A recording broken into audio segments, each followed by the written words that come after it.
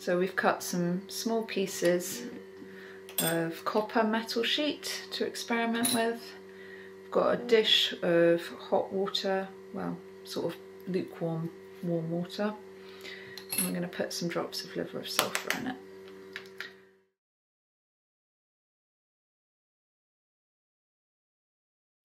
Let's be there. Lost her around. I'm going to use tweezers so I don't get it all over my fingers, but it's not toxic anyway, so it's not really anything to worry about. It does smell a little bit stinky, kind of sulphuric, eggy sort of smell. So if you dip it kind of slowly, then you see the colour will develop slowly. If you make the water really hot, so like really hot water rather than lukewarm, it will go to black a lot quicker. Right.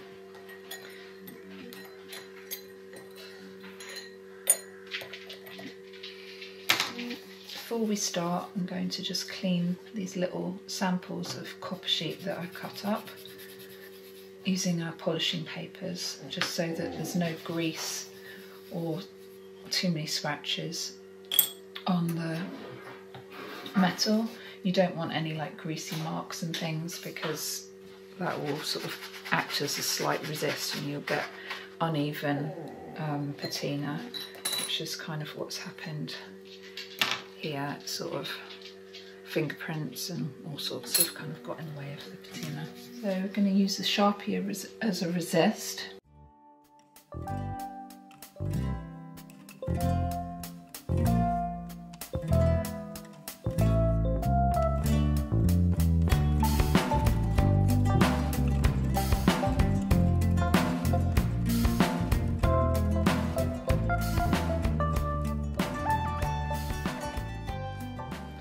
Not a toxic solution, the liver of sulphur that we sell.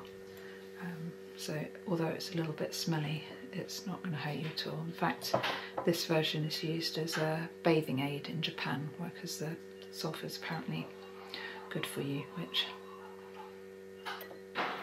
it's a bit smelly, but at least we know it's not toxic. I've got some sort of petrol-y blues, some bits of rainbowy pinks coming up there. If you dip between the liver of sulphur and plain water, then you can stop the reaction happening. The hotter water you use with the liver of sulphur, the quicker it will react. So if you want a really black patina straight away, use it with like very hot water, like from a boiled kettle.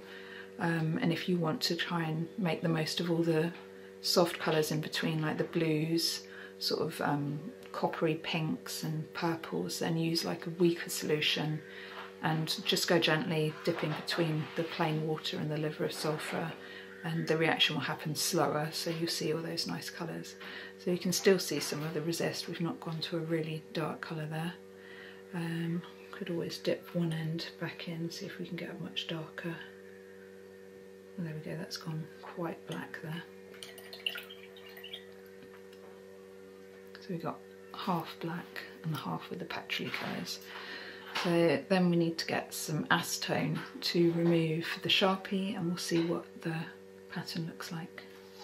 So I've got some acetone on this piece of glue roll. You could also use nail varnish remover, which most of them are made of acetone anyway. And then instantly you can see that the Sharpie's been removed, leaving the copper colour of the metal underneath and then the patina on the top. So now we've had an experiment with that, we could do it with something, maybe a slightly more refined design that looks a bit better. Clean our metal again, using the polishing papers. The polishing papers are probably one of my favourite ways to polish by hand. They're just really easy to use, and if you work your way through the grades, you can get a really high shine. So a lot less mess and hassle than using a Dremel or a bench polisher if you're just doing a few small projects at home. Nice shiny bit of metal there.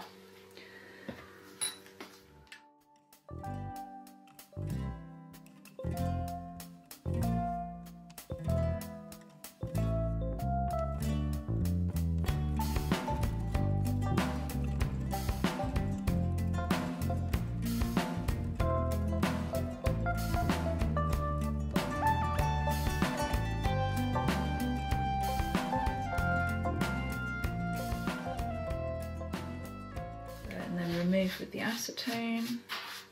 So the Sharpie instantly comes off. So then we've got this nice pattern.